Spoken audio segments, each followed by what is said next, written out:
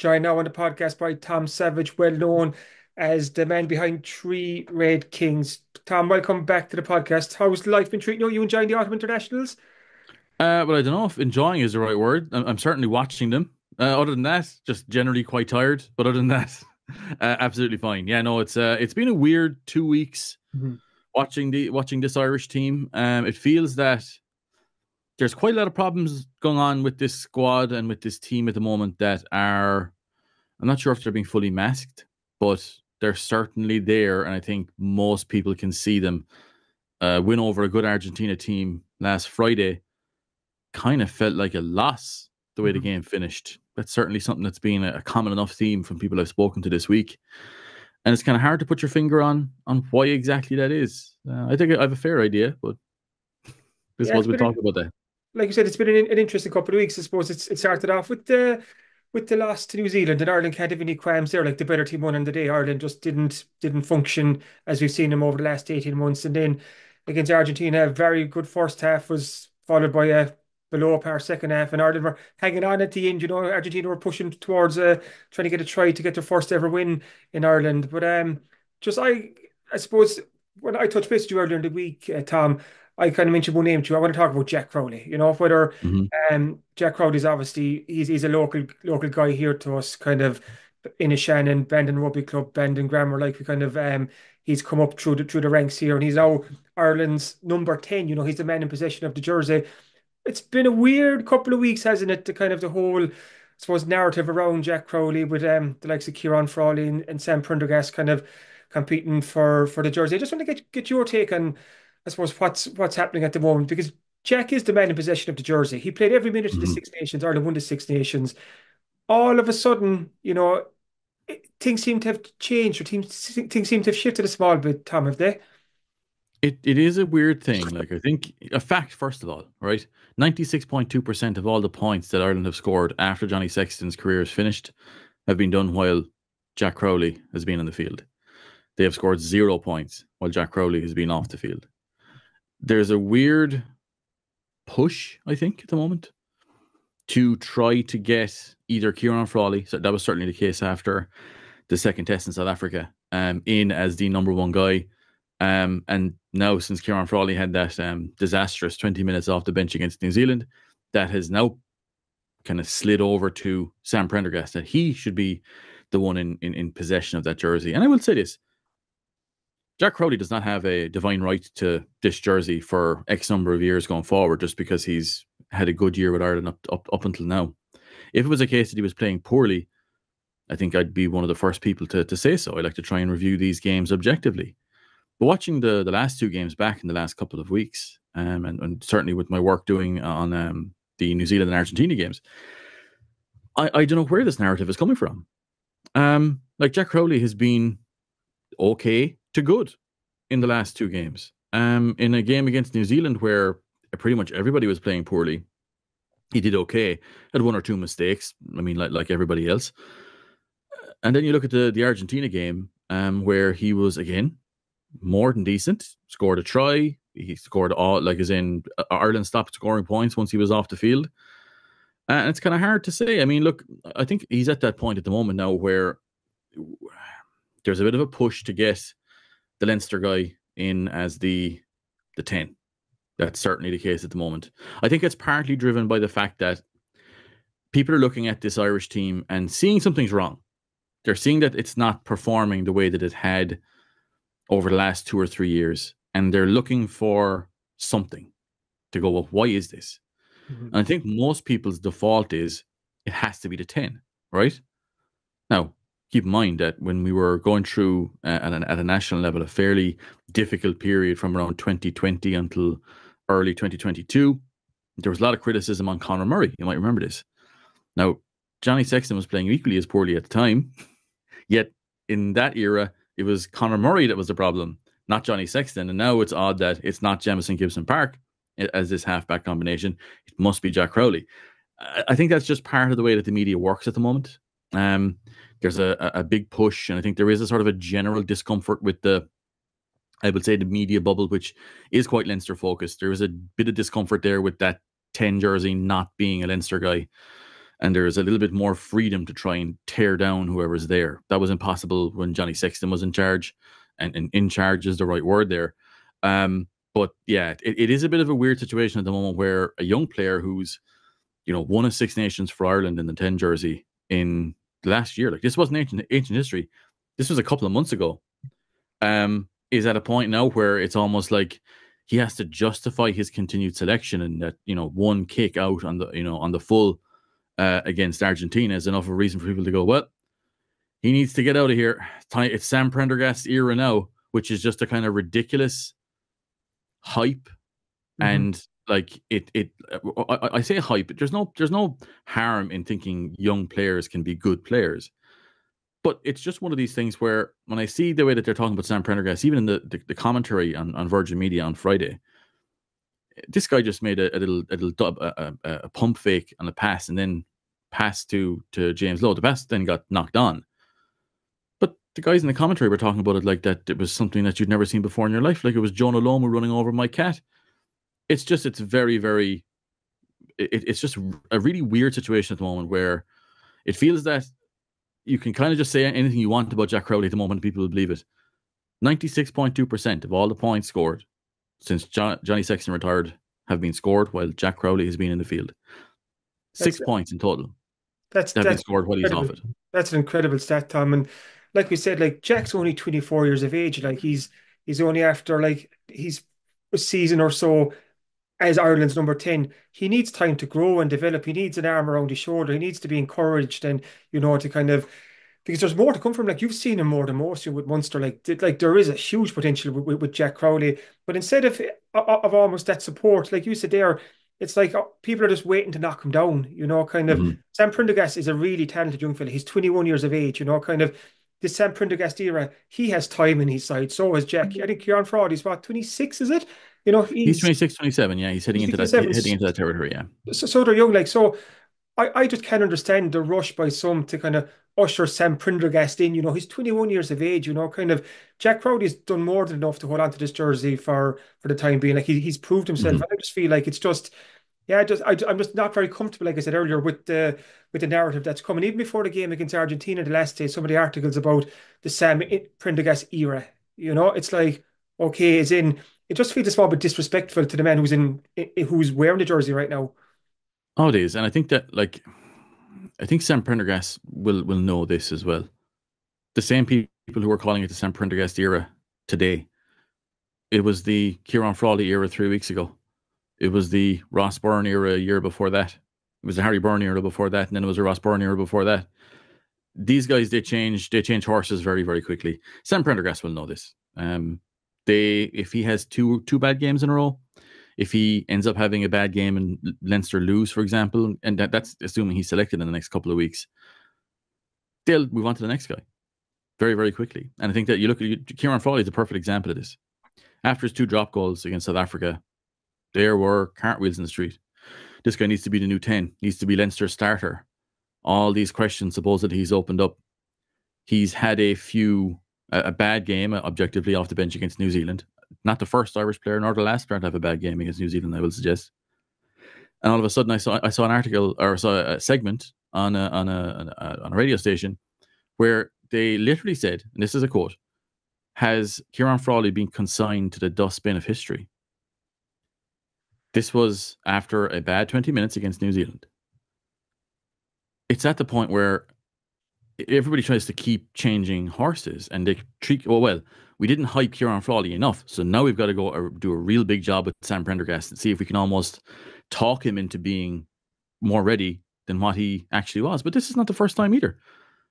Brian O'Driscoll, back in 2022, I think it was, or 2021, after Billy Burns kicked that penalty out on the full at the end of the game against Wales, sent out a tweet saying, speed dial Harry Byrne to come in. Now, Harry Byrne at this stage had just made, I think he'd made 6 or 7 games for Leinster and had just played against a heavily rotated Scarlets team in the RDS in front of 0 people. And he's being touted by Brian O'Driscoll to come in and start for Ireland. It's a very weird ecosystem at the moment, and I think what we're seeing is that that kind of weird hype. It's not okay for a guy to be a good young player. He has to be world class.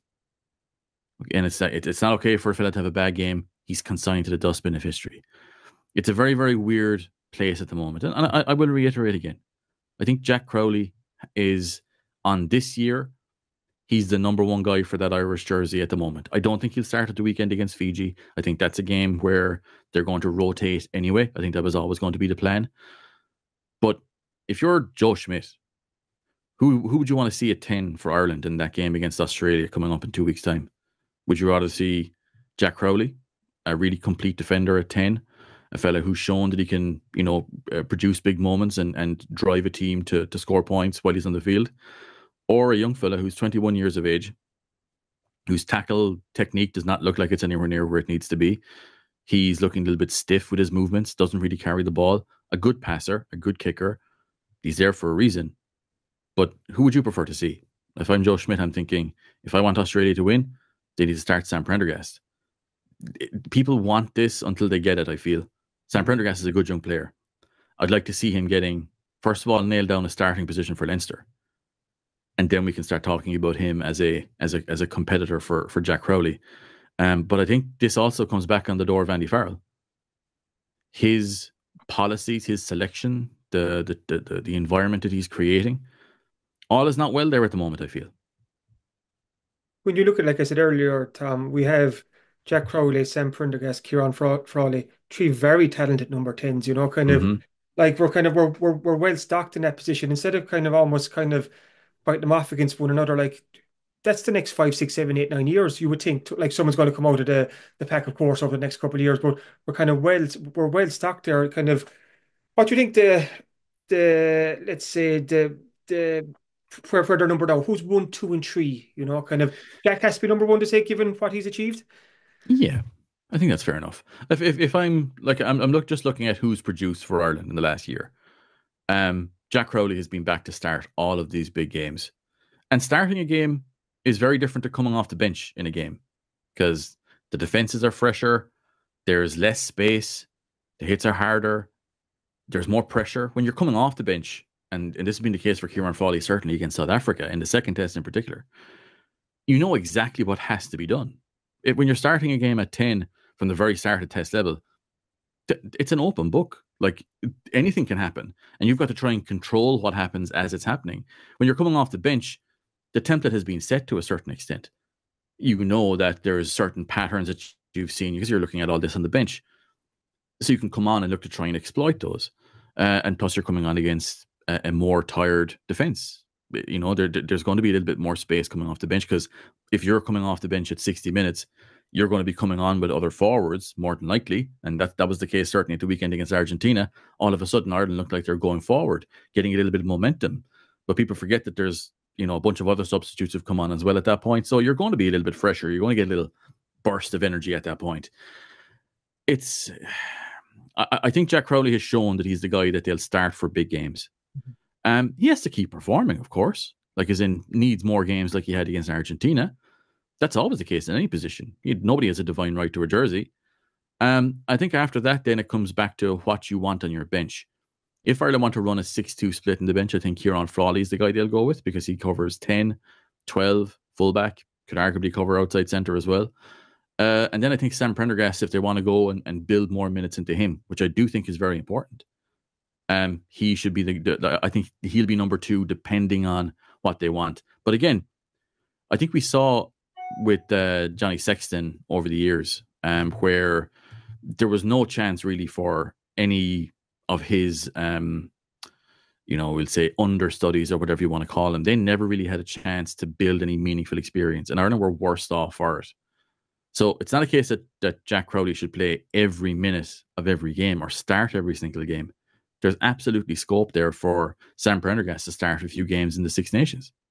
If they think he's that guy, start him away to Wales, start him away to Scotland, see how he does. Jack Crowley on the bench then, for example. Or you start Jack at home against France, maybe at home against England first up, we'll say, and have Prendergast off the bench. There's no reason why it has to be just a one guy all the time.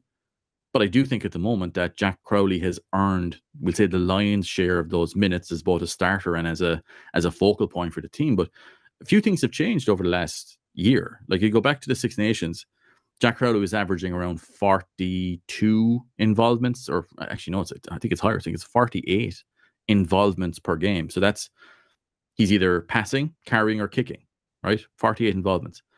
In the last two games against New Zealand and Argentina, that has dropped to the mid 20s. And you wonder, why is that? He's still running the same lines. He's still in the same positions. It's just he's getting the ball less often. I think there's been a change in Ireland's attacking structure as well, maybe mostly to do with Mac Hansen coming in, because Mac Hansen was injured for the last year. He comes back in. He's a kind of an alternate playmaker for this Irish team. So all of a sudden, Jack's involvements are diluted. And I think, is that framing some of the questions that are around him as well? Is this, because again, this is Andy Farrell's attack. He's the attack coach. So you have to look at, well, what is Andy Farrell putting Crowley in the best position to succeed? Why has he changed from what worked back in the Six Nations when Ireland won the Six Nations? That's going to be something I think that will become more apparent, because if you watch these last two games, you'll be thinking, geez, that the ball's bypassing Jack a fair bit. And it has. Mm-hmm. That's something I think is going to be a bit of an X factor going forward. Just how much of what we're seeing comes down to Andy Farrell rather than the halfbacks themselves.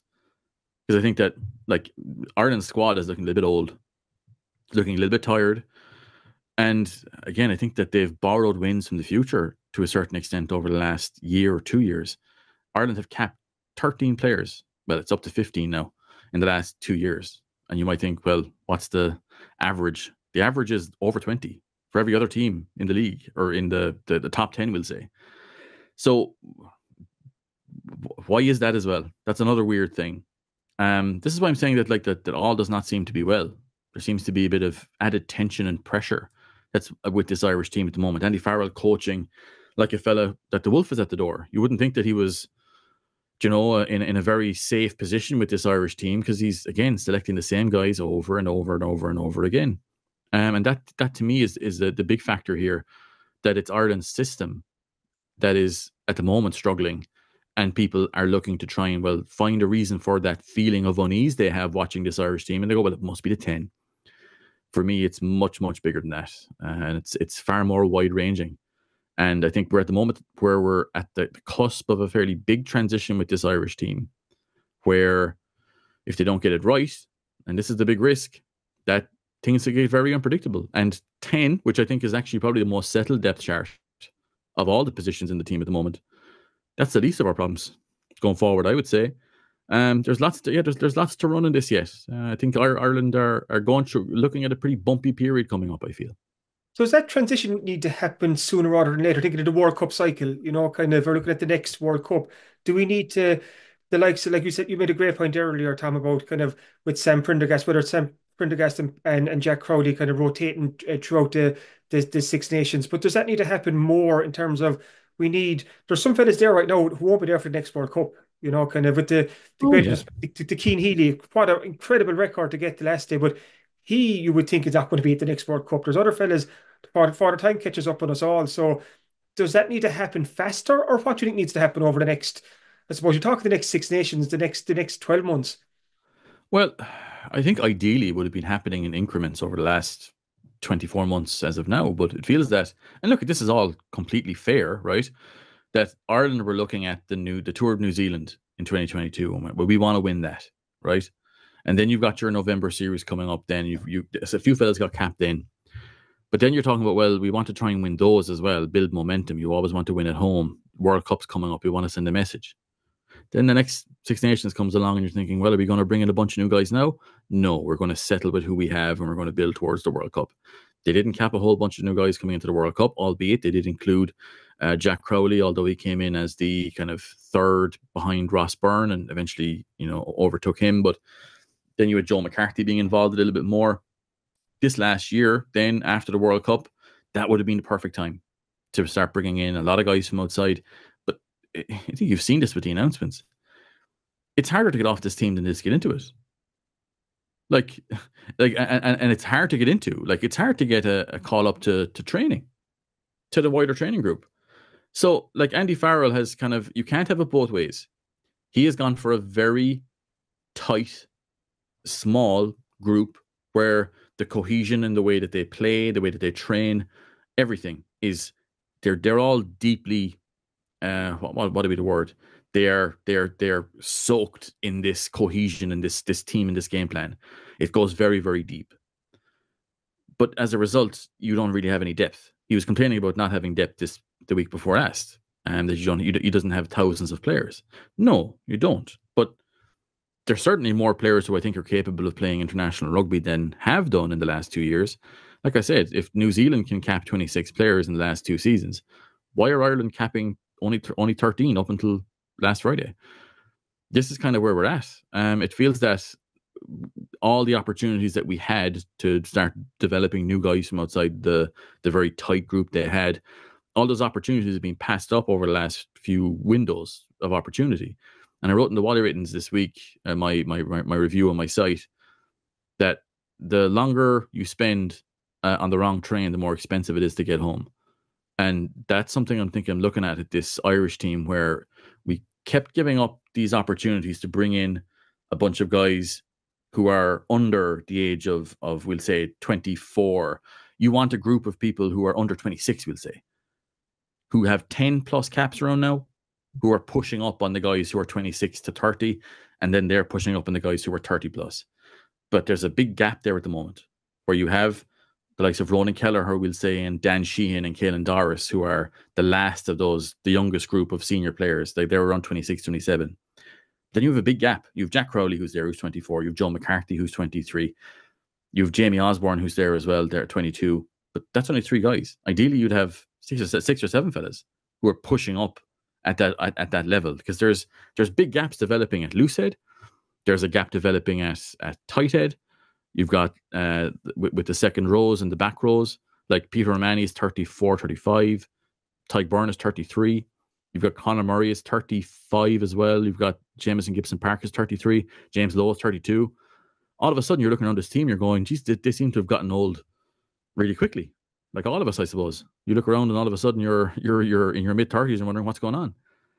So it is a weird one. I do feel that there's certainly, I suppose, there's certainly excuses, I suppose, why this hasn't happened up until now. And by excuses, I mean all completely understandable, by the way.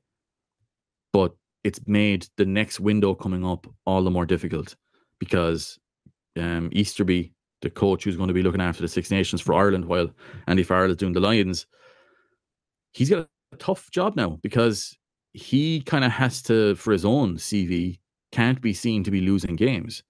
This Irish team feels that if you bring in new guys and new players, you lose games.